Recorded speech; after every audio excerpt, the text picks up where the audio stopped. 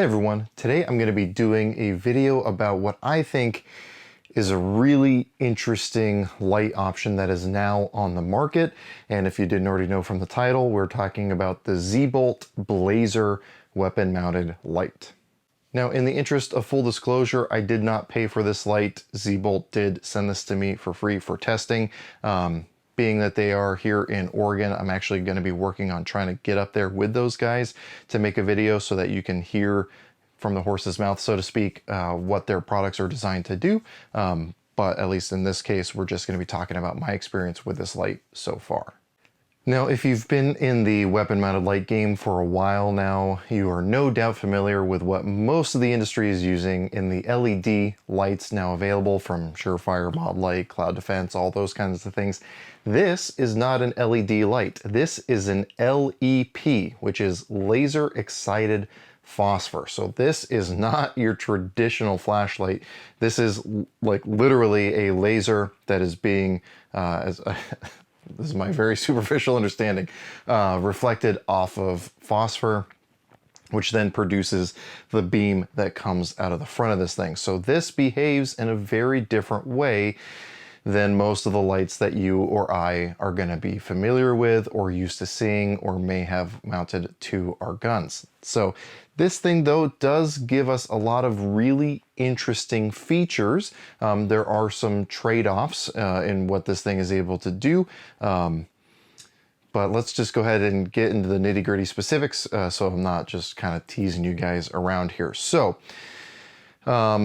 instead of putting out a big wall of light with an LED being reflected off of a lens with the reflectors inside the cap through the lens, giving you kind of a broad coverage of light, this thing is very, very much like a spotlight, as you'll see from the test footage. So if you're talking about something for kicking down doors and filling rooms with light, this isn't the thing for you. But if positive ID at extended ranges or overcoming photonic barriers or just long distance engagement or identification is important to you, this is, I think, the most compelling option on the market. So whereas companies like Mod Light and Cloud Defense are touting things like, I think it's like 55,000 candela, which is perfectly respectable, this thing is kicking out about 400,000 candela in something that is designed to be mounted to a rifle or other sort of firearm and a couple different configurations, as we'll go over here later. So just so that you can actually see what it is I'm talking about, I'm just going to go ahead and cut into some test footage that I did the other night, basically, so you guys can actually see what this means for yourself. Then we'll talk about why someone may want a light like this, and then go into, if you did buy this light, what it comes with, what kind of features you can expect, and what kind of parts compatibility you can expect with these things. All right, so first up, I'm going to start with the OKW head from Mod Light. We might do the PLHV2 as well, but we're just starting with the OKW because that's really going to be, I think, the closest competitor to something like the Blazer here.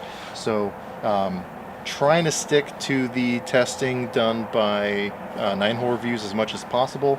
I've got two white silhouettes, both 7 yards off the center line, about 15 yards in front of me, and then another white silhouette at 50 yards. So we're gonna, again, try to get close. Not really worried about 25 or 100 because we already know that both of us are going to do 100 no problem. This is mostly going to be doing spill, and then we'll go and do the throw a little bit later. So if I turn on the OKW, facing it straight down at that 50-yard target, I don't know how well it's coming across on camera, but the ring of spill is just barely covering the two exterior silhouettes. Now if I bring it over to one, you can obviously see that. Lose the one on the far right. If I come to the one on the far right, we lose the one on the left. If I come back in the center, we just barely see the ones on the side. They're not really well illuminated, but I can at least tell they're there.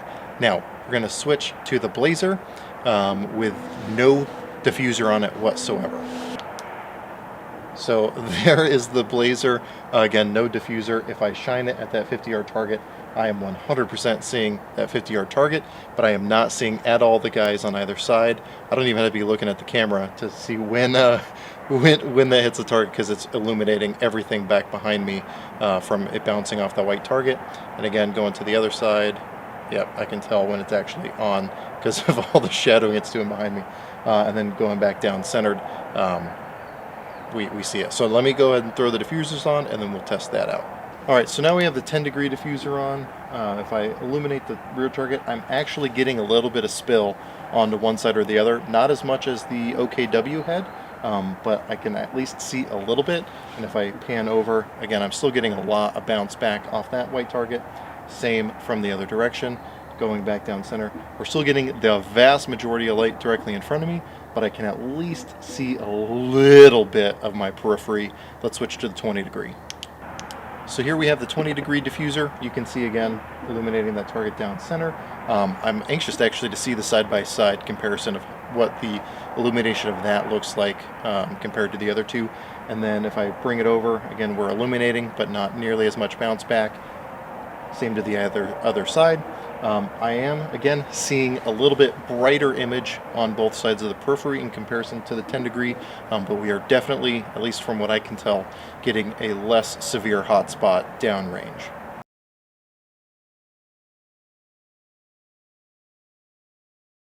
Alright, so now we have some trees at a pretty significant distance away here, and I'm going to go ahead and try to illuminate the tree line.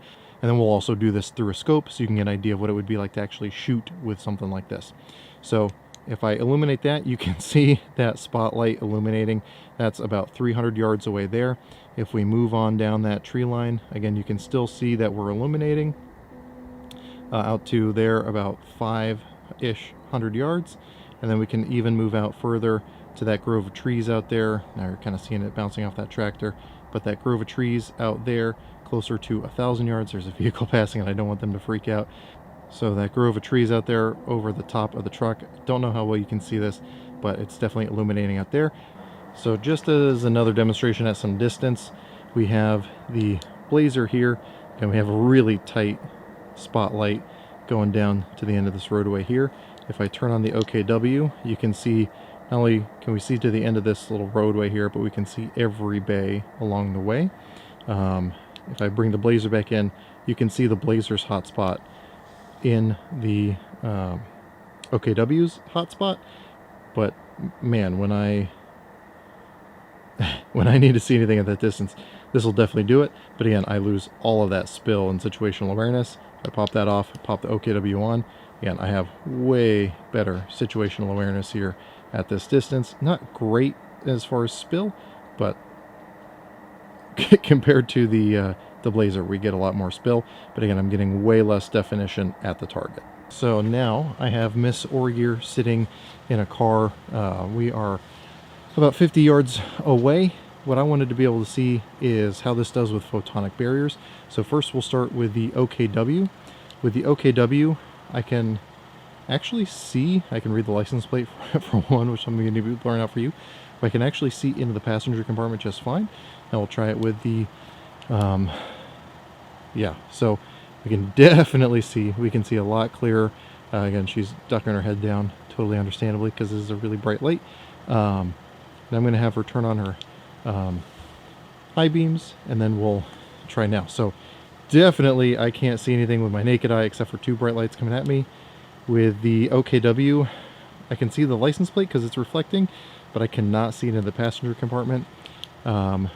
With the Blazer, I can actually see into the passenger compartment.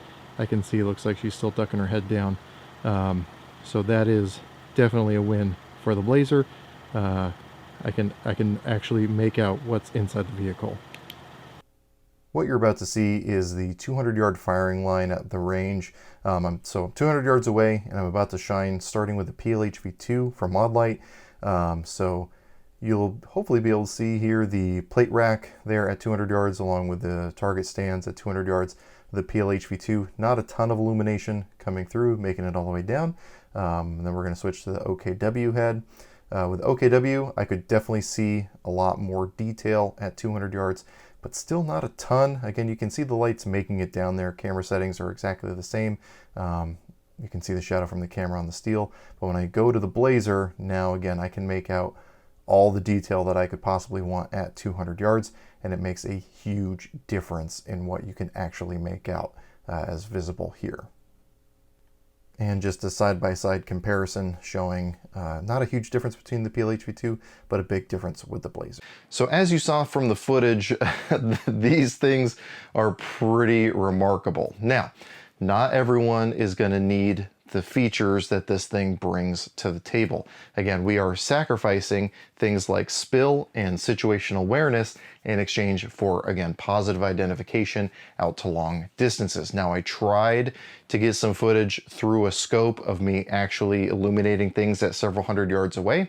And even though I could see it with my naked eye, the camera setup I had for that just didn't pull it off. So unfortunately, I can't show you what it looks like through a scope at 400, 500, 600 yards. So unfortunately, you're going to have to take my word for it. But again, I did test it. I was using a Primary Arms 4-14 scope that has been previously mounted to guns and now just kind of sitting around. And I can legitimately say, I can honestly say that I could very clearly ID everything I was looking at extended ranges. And fortuitously, while we were filming, I was shining my light along the tree line and I saw these eyes glowing back at me.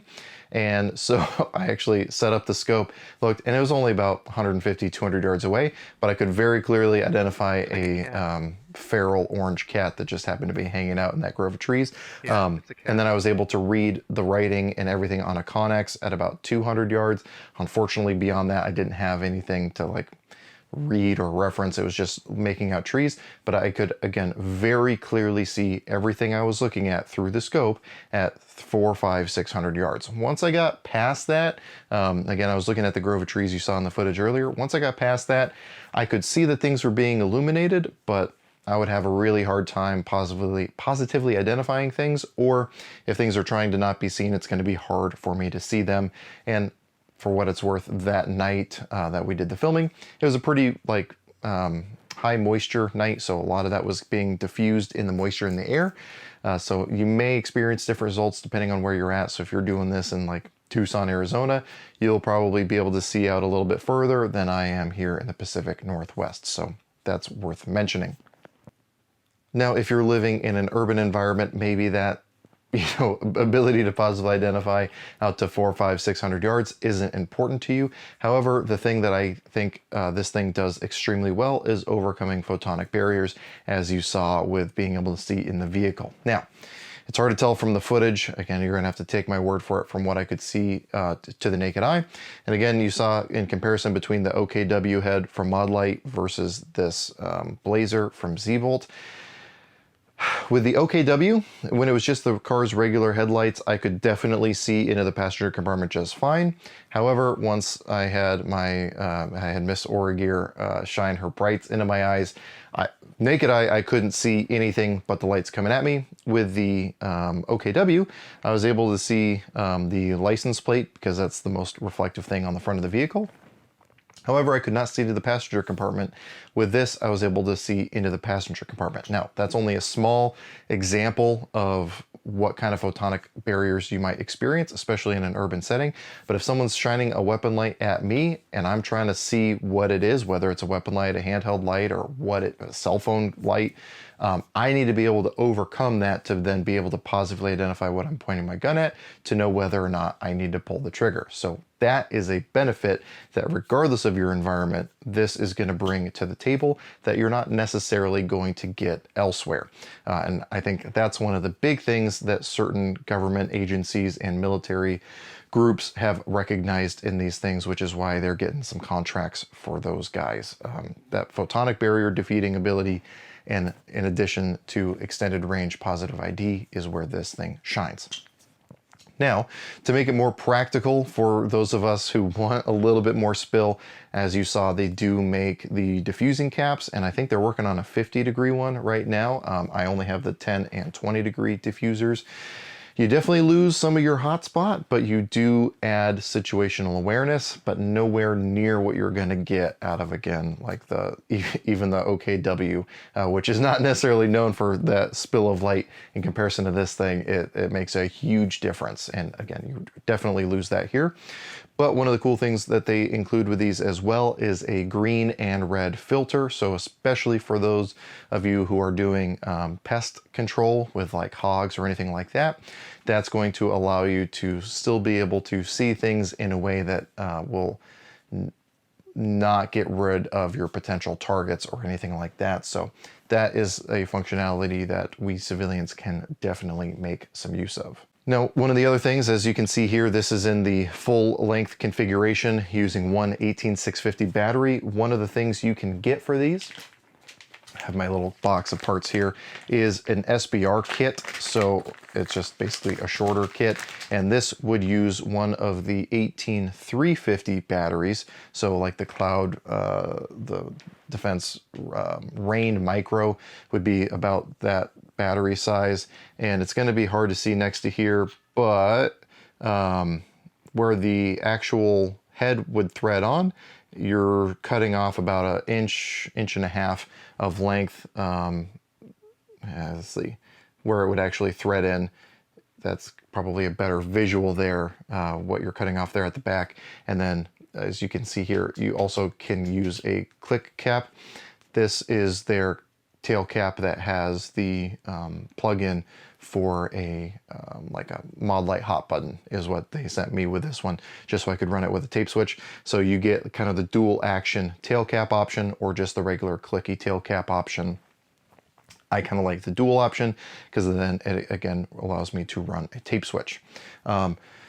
So you can also use just the regular ring mount that it comes with, or you can optionally buy an ARMS style quick release mount for Picatinny rail. So you do have some versatility with these. However, one of the coolest things that is in the process of happening is they are making these for their Gen 2s compatible with Surefire bodies. So you will be able to take a head like this, the LEP head, the laser excited phosphor, and put that on your existing weapon light bodies if you already have it.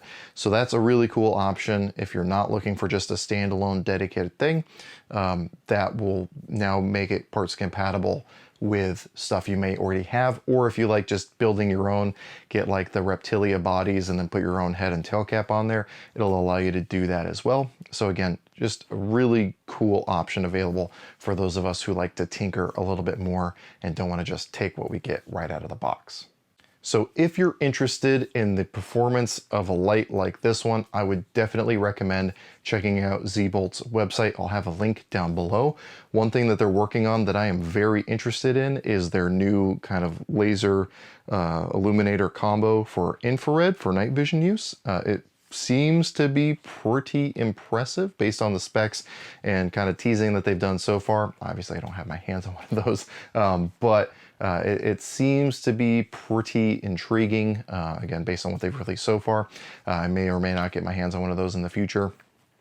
But based on what I've seen from this, I see very promising things. And actually, I don't have it handy nearby. I've been using Z-Bolt products for a long time. Unbeknownst to me, I basically have a little laser line finder thing. I don't want to go too deep into what it does.